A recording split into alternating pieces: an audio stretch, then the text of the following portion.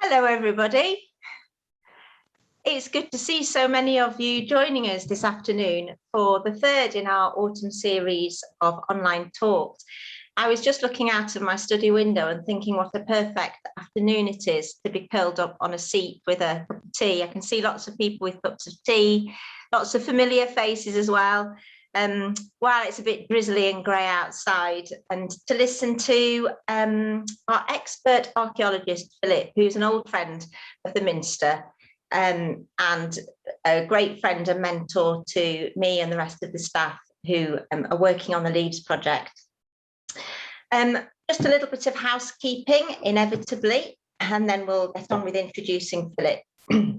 I'm Diana, and I'm the Minster's Education Officer, and I've been working on the Leaves project along with Aoife Cleland, who is doing our tech side today, and I think she's let everybody in now. So how many we've got on the call? Actually about 49, which is great to see.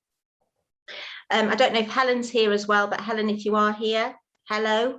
You might not know, but Helen is leaving us at the end of this week and moving on to pastures new, which is sad for us, but exciting news for her. I thought some of you regulars might be interested to know that. So here's goes with the housekeeping. You are all going to be muted to make sure that feedback is kept to a minimum. And you might want to turn off your camera because you probably saw the message pop up at the start to say that we are recording the session so that we can share it with people who weren't able to attend today. It'll be available on YouTube and on our website within a couple of days. If you'd like to receive the link to it to share with others who've missed it, then Aoife would be very happy to pass that on to you. We expect the talk, I'm smiling, to last around 45 minutes to an hour. Is that about right, Philip? Excellent. We'll see if he manages to stick to it this time. We usually finish around 3 or soon after. If you would like to ask questions at the end, there is a hands up icon under reactions. I'm just going to raise my hand. There you go, so you can see.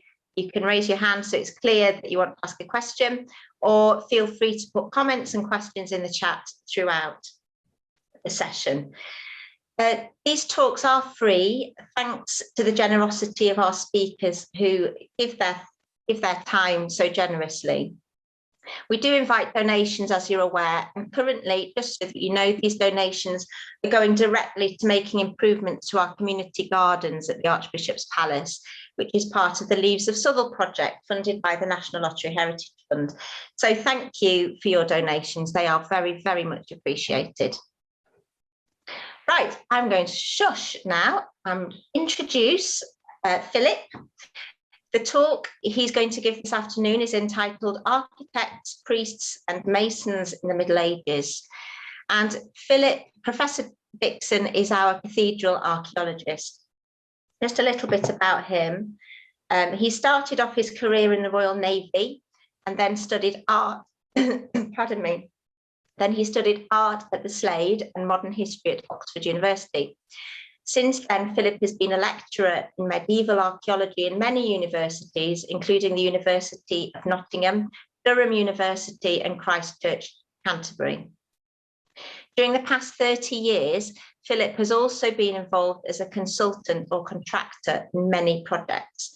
And since 1981, he's been the consultant archaeologist at a range of cathedrals, including Southwell Minster, Ely, Lincoln, Selby Abbey and Leicester.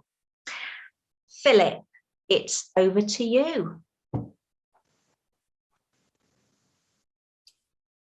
Thank you very much, Di. Can you hear me and see me? Yeah. Sorry, yes, we can, Philip, loud and clear. Okay, I'm going to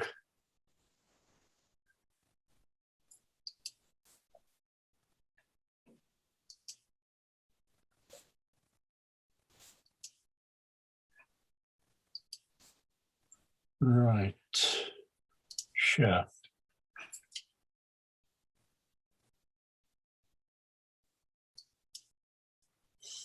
Right.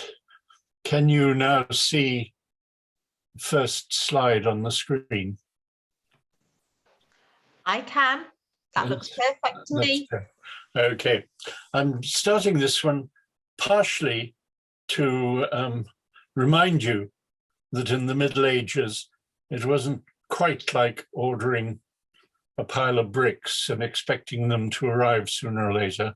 You had to put your backs into getting stone into the place where you want to build. And this rather wonderful picture that I so much enjoy shows a barge being pulled up the Volga, which is very similar, I suspect, to a barge being pulled up the Trent. It's not too bad to go down the Trent, but it's horses' work, or in this case, peasants' work, to get things pulled up the Trent. And much of the stuff that arrived at Southwell would come by water, I suspect, even though it's about 70 miles by water. To get from the quarries of Mansfield Woodhouse, which is where the most of our stone comes from, and up to the site of the Minster. I'm going to divide my talk into a number of separate sections, and Masons and Patrons is the first chapter, and it's about the relationship between the chief mason, or as we'd call him now, the architect, and the person who's either paying for it or authorizing.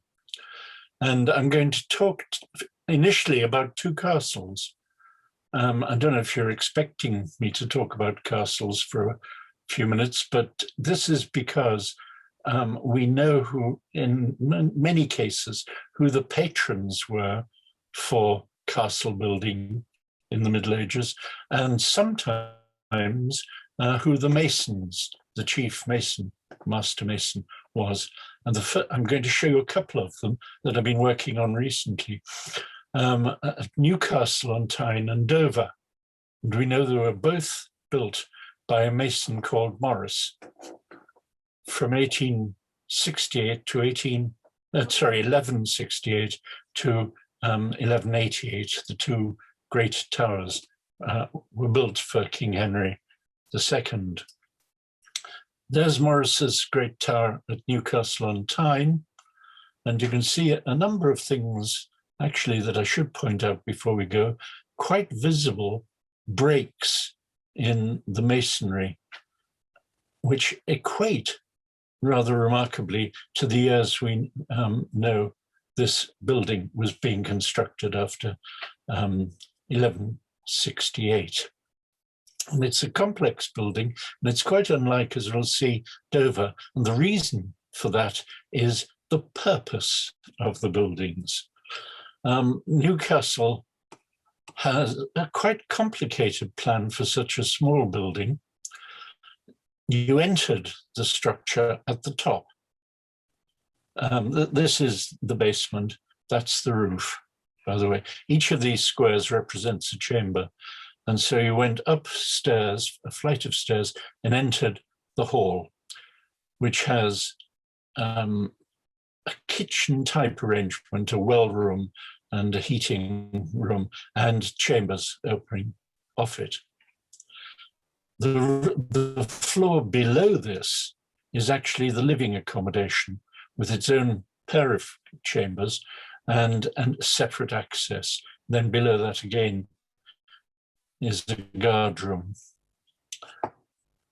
This is the approach to the tower up the fore building with a long flight of steps, which goes initially to the upper chapel, and there's the lower chapel. So two chapels, a lower and an upper, and then you turn and go up a flight of stairs to the rather elaborately carved door, which is visible here, largely Victorian after damage, but mirroring the original door. So you come into the chapel if you wish. Thank God I've arrived. And then proceed up to the door, which will be opened for you.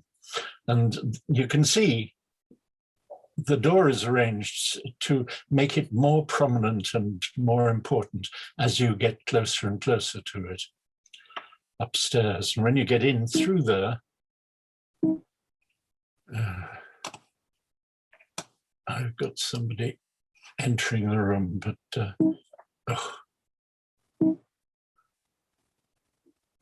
it is.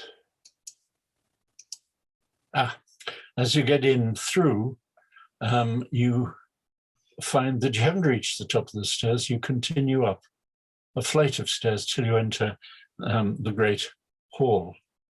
And here you've come in through that door up a continuing flights of stairs. There's a loo opposite, and the light is arranged. This big window that's the buffet kitchen area, to shine down on where Henry II was expected to be sitting, with his back against this wall. I think this fireplace doesn't at that point exist.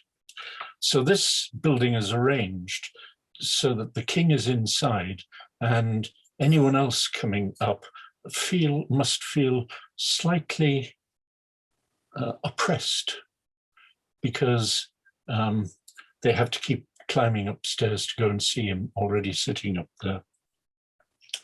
And here's the plan. You see, you keep coming up here, go into the chapel if you wish, keep going up, and then up and up and up until you reach that level. This is all quite intentional, because it would have been possible to make the stairs arrive at a higher level, so just walk straight in. But most of these great keeps or donjons actually do have an entrance which continues on through the thickness of the wall. The king, I assume, has got his throne down here with his chamber behind and a guardrobe if he requires it. So that's the first of Maurice's buildings, and it is intended to oppress people like King William the Lion of Scotland if and when he comes to pay his homage to Henry II. The other castle that Maurice moved straight onto was also for Henry II, was the Great Tower of Dover, which you see here. And the entrance, you've got a long flight of steps to get up to it, passing a chapel on the way, which is thanks for the journey, until you arrive at a level platform. No steps going up to the door, and the door you can see is relatively plain. And think of the Newcastle door, very grand to feel important, because there's somebody important on the other side of it. Well, here there isn't an imposing door, but what there is, or was rather, a stone bench at the head of the flight of stairs.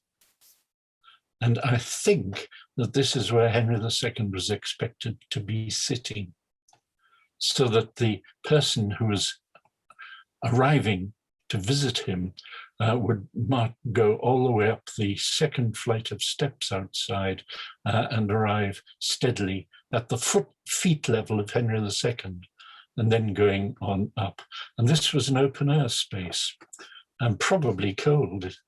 And that is a heating pipe from 2 floors below, where there is a furnace in the wall, and that would heat this bench.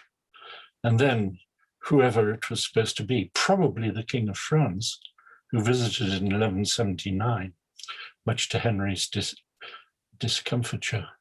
The King of France and Henry proceeded into the first room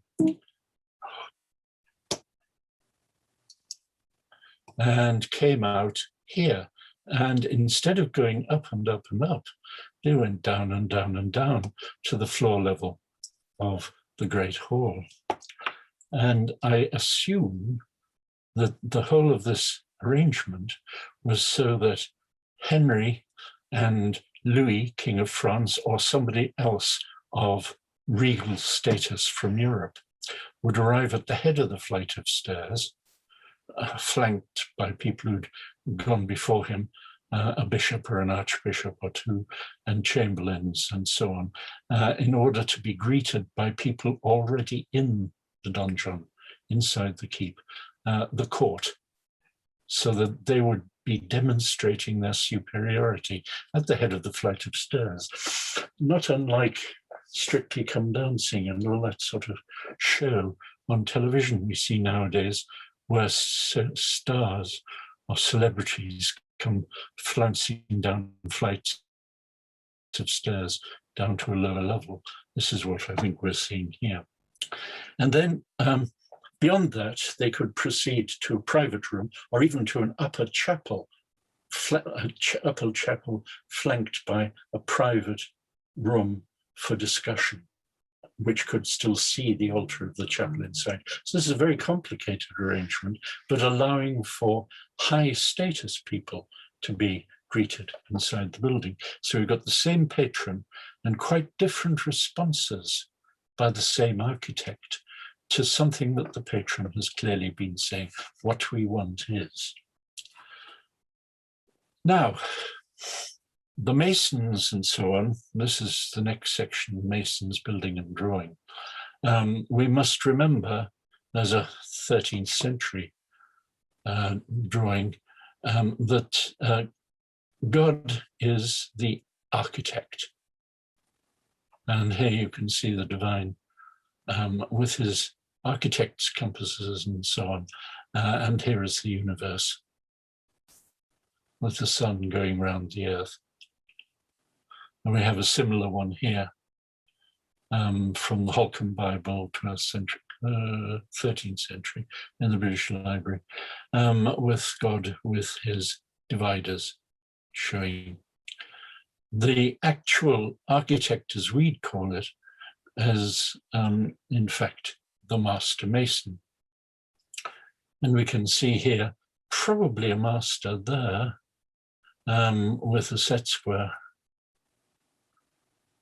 which is his characteristic device, as we'll see in a moment. And here we have a whole range of mason activities, carrying mortar mixed up, somebody troweling it off, a wheel in which somebody with his sandwich is going round and round in order to pull stones up to an upper level.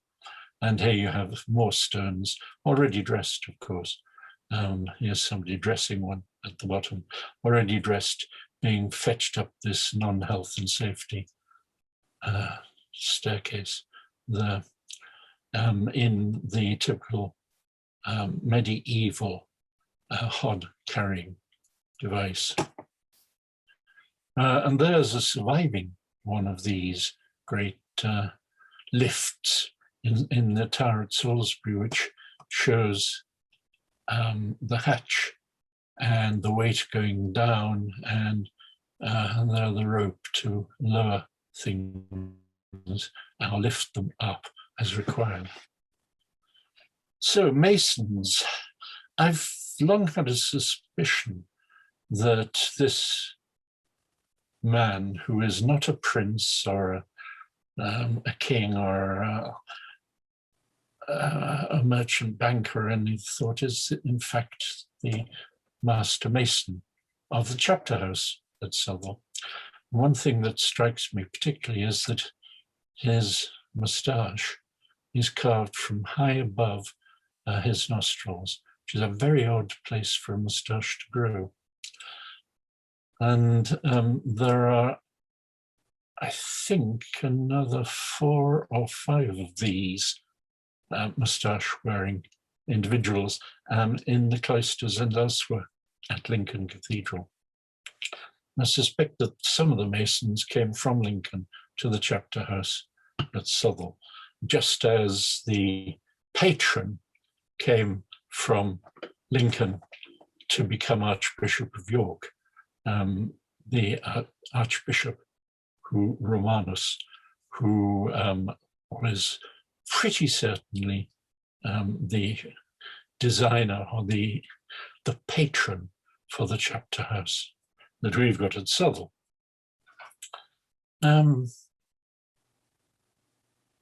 Architects, as we call them, master masons, were people of status. And here we see a drawing by Hans Holbein no less, of the master mason of Regensburg, Eichstätt, and Nuremberg, Matthias Roritze, who wrote a still surviving handbook about how you build a pinnacle. And there, Hans Liebertier, his tombstone at Reims shows that he was an architect. There, or master mason, as I should have called him. Here's a model of the church he was working on. There's a staff which is divided into proportionate lengths. That one being the square root of 2, and so on. And the set square, and the length from there to there is the length from the bottom of his staff to the first of the notches on it. Thus, he would be able to use this and that to get square roots of things, and a whole series of proportionate lengths. And if you wanted to draw or measure, there at his feet is a proportionate measure in which the proportion of that shape and that shape remains constant as you move on the fulcrum. A clever and rather neat device, which allows you to, if you decide on the square root of 2 and open it to that, then you've got a proportionate on the other side. So it's what he's showing is all his tools. So that's the master mason, a person who is capable of all manner of things, presumably also of drawing, as I'll show you in a moment. But I want first of all to show you that it wasn't a case of getting Bob the Builder with 20 men to march in and start work on things. The logistics of a major project are incredible. This is 1282-3, when at the same time, just before the commencement of work at the chapter house, incidentally, where Edward I sent to his sheriffs writs which said, Cumberland, I want 10 ditchers, 10 carpenters, Northumberland, 20 ditchers. Ditchers are people who just go and dig things. And particularly in Lincolnshire, we have 150 ditchers, 20 masons, and 40 carpenters. The 150 ditchers, because of the work being at that time done in the parts of Holland on draining the land. And all over the country, apart from Devon and Cornwall, you've got people being brought to Chester and then divided. They were brought in gangs by constables from their own parishes and marched forcibly into Chester and then divided up. And this map by the late Arnold Taylor demonstrates just what a massive logistical problem it was, the number of papers going out. The people, the craftsmen actually chosen, would almost certainly all be chosen by the masters of their particular lodges in the county. So the sheriff of the county would call the master, the mason group, and the carpenter group, and so on, the crafts masters together and get them to nominate 150 ditchers there, for example. So it's a logistic problem with paperwork, colossal amount of paperwork. A cathedral is not quite as big as Carnarvon and Conway and Ruthlin and Denbigh and Flint and Harlech and all these other works going on at the same moment, but it's getting quite close to it. And this is a significant reminder to us that the logistics of cathedral building really involve a lot of paper or parchment and agreements and signing, almost all of which has been thrown away or used for shopping lists on the back. And here, to show you the view at the early 15th century, this is Van Eyck, the great artist. Here's the hole, that's St. Barbara. constructing or in charge of all the work being done. Here's the bottom, and you can see St. Barbara down there, a master mason with his tools in his hands, the drawing tools, and masons all around carving things, carrying stone, mixing water, taking huge stones on wheelbarrows and so on. It's all together a grand piece of design. And here is St. Barbara with a whole series of textbook sheets in front of her, drawing with this long pen, drawing part of the next part of the building. And this is what we may pretend or assume the sort of thing that she was drawing. This is a parchment which shows the west facade of the cathedral at Strasbourg. And it's a beautiful drawing, as you can see, elevation drawing, with all the details of the windows and everything laid out to scale. And quite often it's a scale that's equivalent to a foot to an inch in modern scaling. But the scale is constant throughout the different sheets. We've got about 2,000 sheets spread across cathedrals of Europe in the plan chests. And they are of various scales, but almost all as detailed as this. And we've also got one or two things which show people trying out curves. This is a slab, quite a large slab, of lias with a flat surface cut onto it. And it's got the details of tracery marked out with these dots are points which seem to be exactly the center points of compass circles. So I assume that this is either a trial piece or an apprentice piece in teaching the important thing, which is making sure that you get precisely what you want in drawing.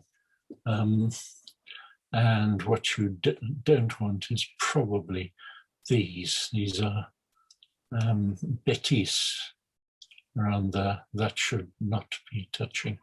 That should be almost touching, and so on. And the edges, you can see they're scored out. So an apprentice piece, but useful because it shows what an apprentice might be doing. There is a drawing of the plaster floor. That is a flat surface, generally in or near the chapter house of buildings that had chapter houses, where they have flat, pointless spaces above the vaults or above the roof.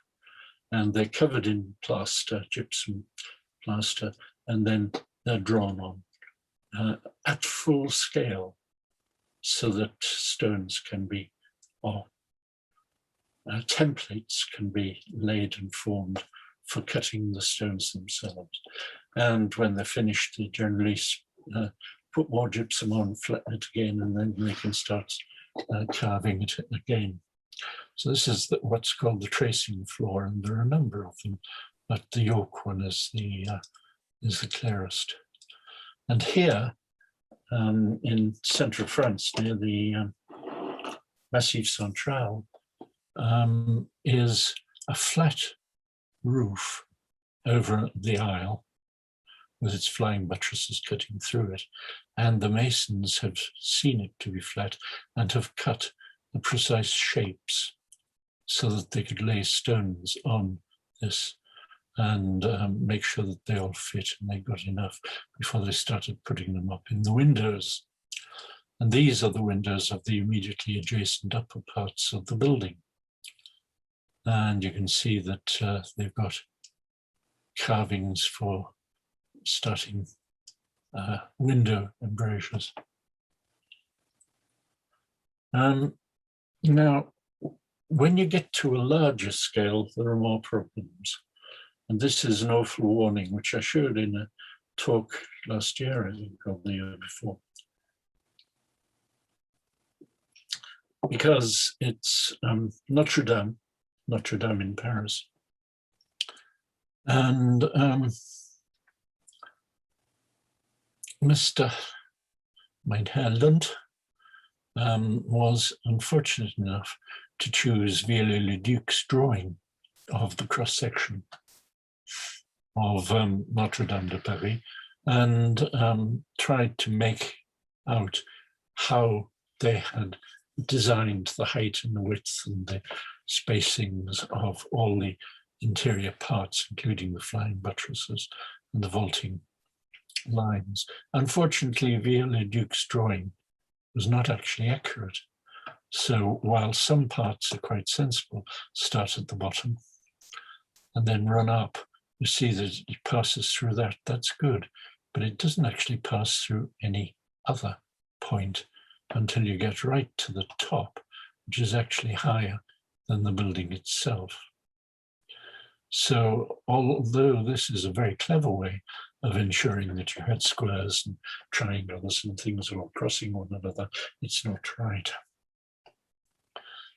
What can make these things right, of course, requires immense measuring, not just the sort of simple, even casual photogrammetric measuring, but the combination of the different shapes, 2 notches, 1 notch, no notch, to 1 notch, and so on, different shapes of corbels and string courses, and things like that that go to make up a building, and start to allow you to see people using different shapes of moldings at different parts in the same building. And here at Chartres, John James has demonstrated a whole series of changes of mason from the bottom to the top of this particular part. And similar work done at Salisbury, West Front, has demonstrated by the changes a whole series of what we call in the business lifts, which is the raising of the scaffolding by a certain amount to put in this case, it's about 7 or 8 lifts from the bottom. And on the whole, these lifts are horizontal, as you'd expect, though there are parts which seem to be missing and fitted in later in between these 2 sections which are constructed. This bit is a separate, there was a hole there while these went up. It also shows, and I've put red dots, these are all flower or vegetation elements in the arches and so on, like the leaves of Southwell, which have been broken on being put in place. And they started, you can see, really quite carefully, and that one went up. By the time they got towards the top, they broke quite a lot of the stones going in place, and that they've then needed to take the broken bit as they or carve a new bit and glue it in position using lime mortar. And that is a very bad way of doing it. And you can see, so if I was a joking man, I would say that this section was done on a Friday. And continuing work on this sort of thing and dividing off sections shows you here at Ely the periods of construction. The tower was here, and they seem to have started from there in all arms of the building and built first that bit, and then this bit, and then that bit, having built that already. In other words, there were lots and lots of separate building phases, which might have been a year, or it might have been several years, and it might be because of the cost of doing it, and so slowing down till funds came in again. But it shows the building from the centre of the cross-shaped arm, the transepts sticking out in a similar fashion. And here's the nave. We don't know exactly how the east end progressed, because that has gone and been replaced. The masons themselves varied in number. And you can see in this chart, which is all at Westminster Abbey in 1253, the extent to which stonecutters remain similar, carvers increase in number to nearly 50, and then after the week 3rd to 9th of November, the carvers have gone down from 50 to fewer than 20, about 18, and so on. So you have people coming and going in a big job, but this is a very big job. It's 350 workmen in total at this building. Years and years ago, 50 years ago nearly, I excavated the area of Greenwich Palace. There you see my excavations in this zone, and here you can see Henry VII's palace of Greenwich with its kitchen here and so on. One of the things that I found was a massive timber setting. You can see these square balks of timber, about 2 foot square, set in a mortar bed for solidarity. And we were fortunately, through paintings and so on, before the palace was pulled down, able to see what that was. And here's the Charles Block at what was the Royal Naval College and is now Greenwich University. And here at its foot is Mason's Lodge. A massive thing in timber, quite clearly. And this is where the stonecutters and the masons doing fine work would be housed and could work possibly right through the winter, cutting fresh stone for the buildings that are going to take the place of this Tudor palace just there. And that's the chapel of the Tudor palace with the Thames beyond. So that's, I think, the only representation of an early builder's lodge or mason's lodge, suitably placed so that they could be kept reasonably comfortable through the winter. So that's the masons, that's the patron, and I wish that we had more information about patrons from ecclesiastical buildings. It's often sufficient to find out the quarter century in which a part of an ecclesiastical building was constructed. So castles help us there. And the other thing that we can detect from these cathedral and church buildings, more than most other structures, is proportions. 24 feet there, 48 feet there. So 1, 2 times 1, and so on, set over the building. This is Chartres, Chartres Cathedral in France. One of the great structures, which has been studied by John James, who spent 3 years in a caravan outside it, working. Before I go on to that, I have to remind you that measuring nowadays is much simpler than it was in the Middle Ages. This is 12 lines 1 inch. Nobody says that anymore. 12 inches 1 foot, yes. 3 feet 1 yard, okay. But then a yard was divided into half a yard span, a finger and nail parts. Notice that they're there are 2, 4, 8, 16, rather than 5, 10, 15, 20, or so on. And then we've got the longer ones. The longer ones, 1760 a mile, 36 inches is a yard. And then that's all sensible enough, all proportions and halves.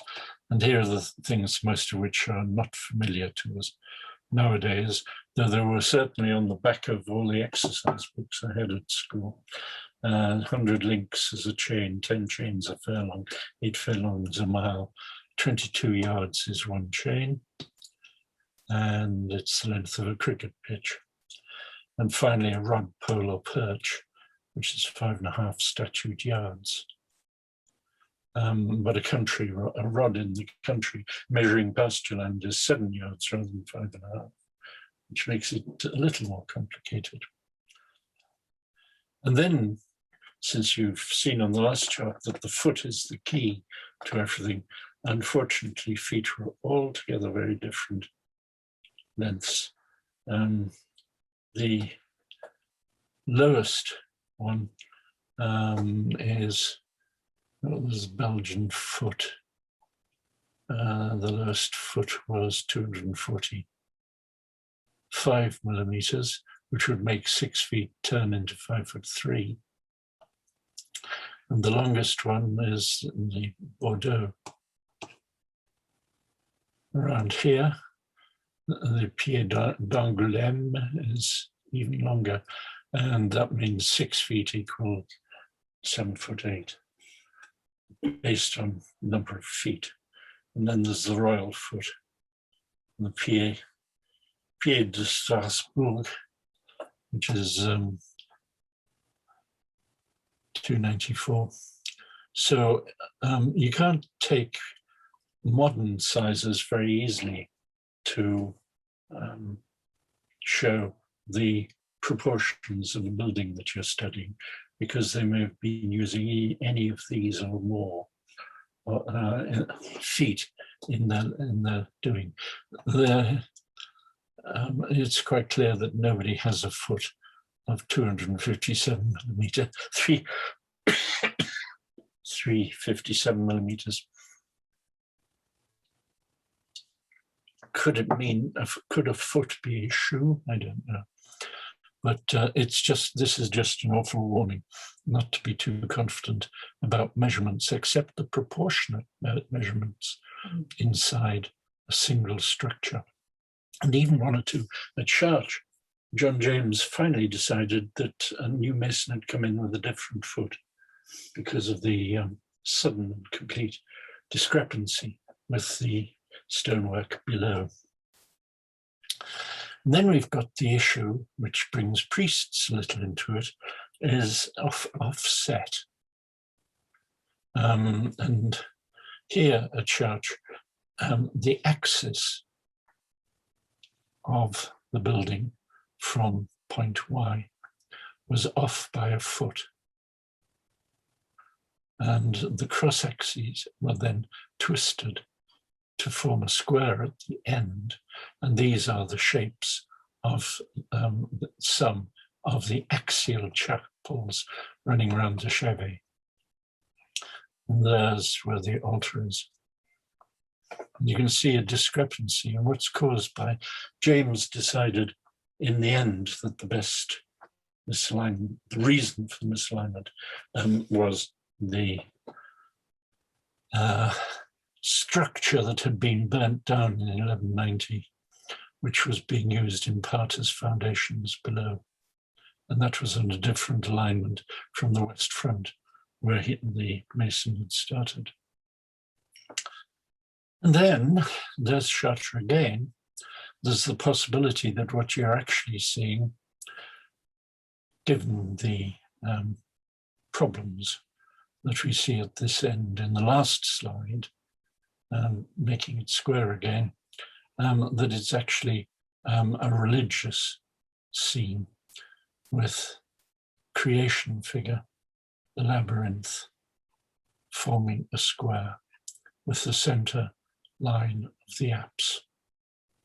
So there may be a religious motivation in creating this sort of shape, and the West Front doesn't quite agree with it.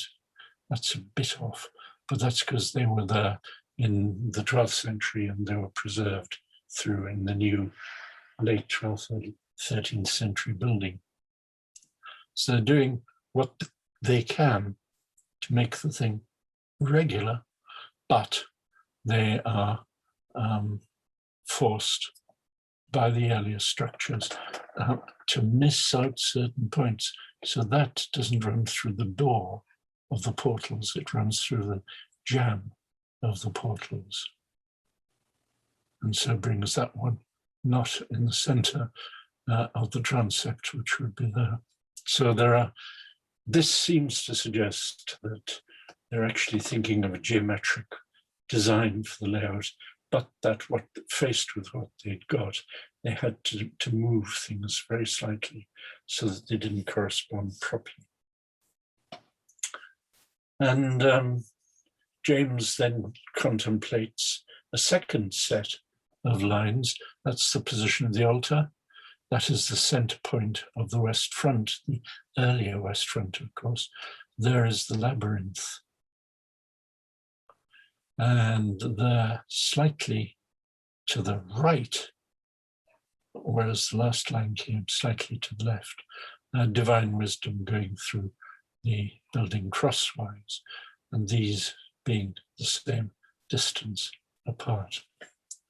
So what we're seeing is design combining both the regularity of layout and the possibility that, as here, you have wisdom and the labyrinth, famous labyrinth, and the altar, all placed in their proper place in a theological fashion. And combining all this work with the precise details of the corbels and the shapes of the mouldings and the height of the courses and so on, James is able to suggest that, unlike the very common assumption that you started at this end and proceeded westwards, in the case of Chartres, you started at the bottom and proceeded horizontally around the whole of the new works, just 8 or 10 feet high at a time. But not including the, once you get to the sills, you proceed on both sides. You don't put the arch on the top, this for the upper windows, until a much later stage. So it's being built horizontally upwards rather than from east to west. And here is Durham Cathedral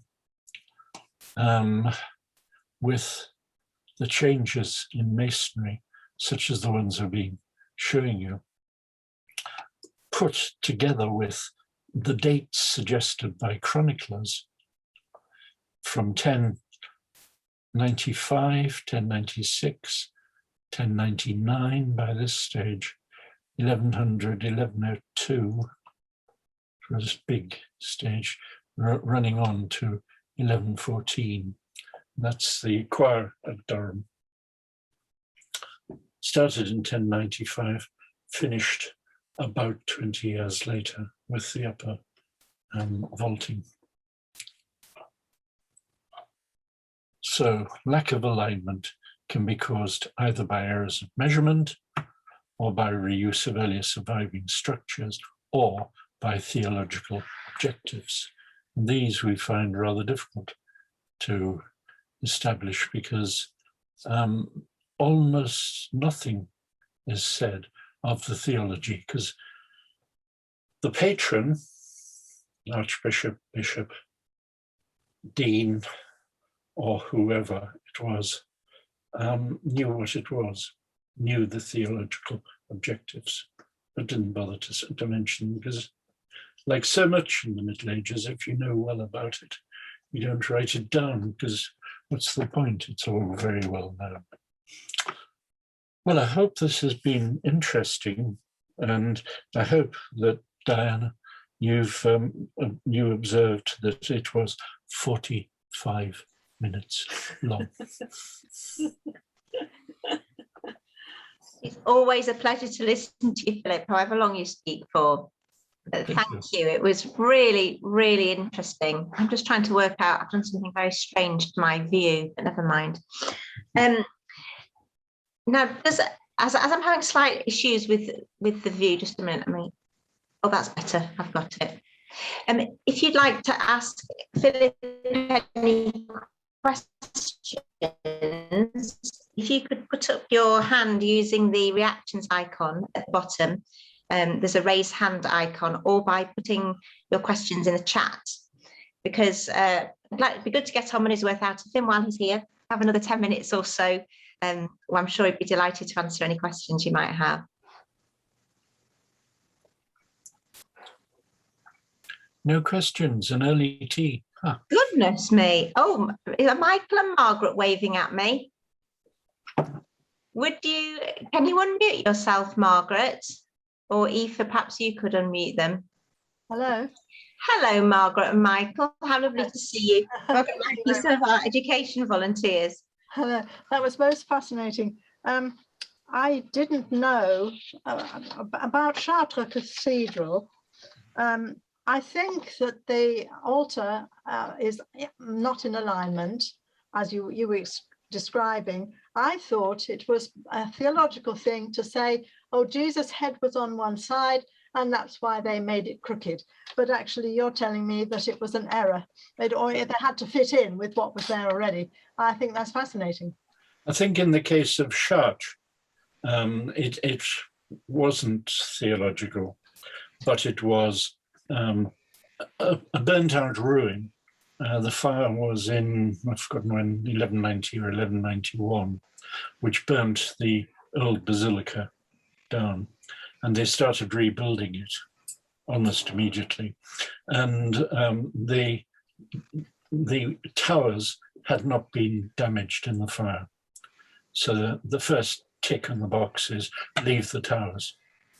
Then they went to the other end, and they needed to extend the cathedral because they wanted to get more altars in and make it more of a sort of Gothic cathedral, because it had been an Altonian building, really early, almost pre-Romanesque, that burnt down. And in order to do it, they extend in the right place, because it's quite difficult to construct over a ruin and get the one end to the other exactly right. I think that's probably what went on there. And at Southwell, I'm pretty sure that one of the piers in the crossing is out of place because they got the measurement wrong, with the Anglo-Saxon church still standing there. That's another lecture or something of the sort about where the Anglo-Saxon church at Southwell might be. And if the dean is listening, where I'd like to dig a little hole before I get much older. But I think that when the east end at the crossing is very severely out of line, sort of 5 or 10 degrees out, there is some possibility that it is to mirror the paintings with Christ on the side.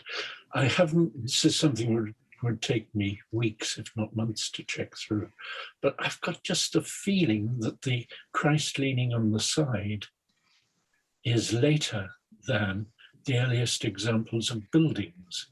That is, Christ leaning on the side in medieval paintings, especially Spanish ones. The Spanish ones tend to be 14th and 15th century, whereas the churches that have got a crooked choir tend to be as early as 1100. So I don't know which one came first, whether it was some builder's desire to construct it, which the painters have then adopted, or the other way around. Because we don't have all the buildings from the Middle Ages. We don't have all the paintings from the Middle Ages either, especially ones from the 12th century or earlier. Can I ask an additional question then about Chartres? I seem to remember on my visit, which was many years ago now, but that they told me the floor was sloped down to the West End so that they could sweep it out. Correct? Okay. It does.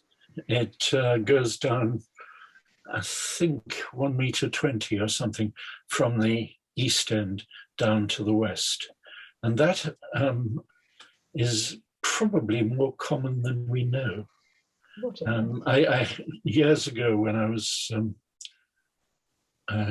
archaeologist for Lincoln Cathedral, I did a survey of the interior with theodolites and things, and I found, to my absolute astonishment, that from the western door at Lincoln, just underneath the towers, at Lincoln Cathedral, it was 1.50 meters to the start of the choir, a rise, and that is theological, because you enter the west front, which is sin, or at least, at any rate, Last Judgment and things on the frieze panels. That's the bad place, and then you go closer and closer to heaven at the altar end, and that involves not steps, fortunately, but a slope. They must have been thinking of wheelchairs already at that stage, I think. But can you imagine steps all the way up, and how health and safety would be dealing with us now? That's worse even than St. Albans, where you've got 15 steps in every direction. But so that bit's okay. Not to sweep things out, because I'm not at all sure that they bothered. They may not have noticed it. Okay, so it was theological rather than cleanliness. in this case, it is the ascent to heaven, and the East End. Yeah.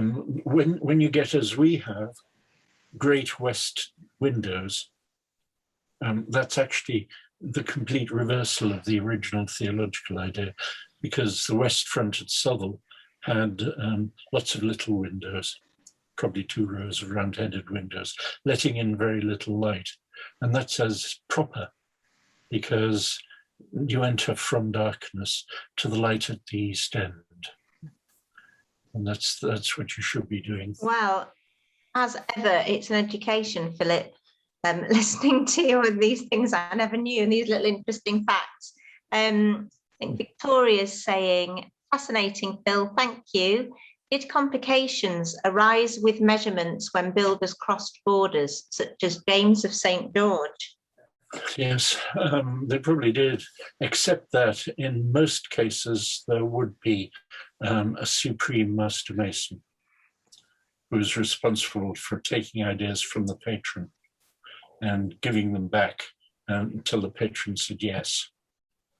And the patron probably was given a model, because quite a lot of kings and emperors and archbishops and all the rest stand in their burial monuments holding a church smugly. I built this church thanks to the master mason, so on, so unsaid. And so they probably were shown models, some of them quite big. There weren't 2 surviving ones.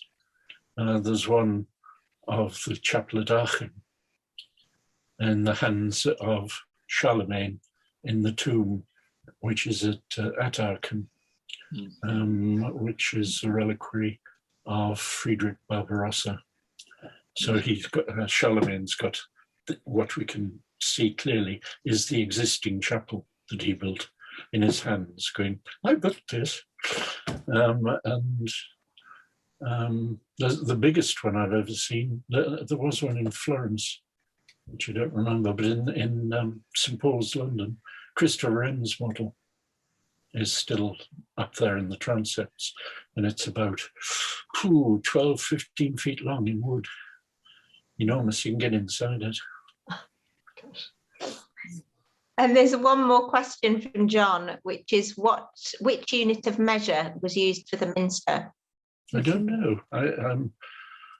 I have measured it in modern millimeters, that to avoid confusing things. But if I have time enough, I would like to follow that one up as part. I'm doing a big survey of the interior of the Minster, because we don't have drawings, accurate drawings of the interior. We've got a lot of drawings prepared by Martin Stancliffe of the exterior, because during the repairs in the 1990s and 2000s, it was all in the interior.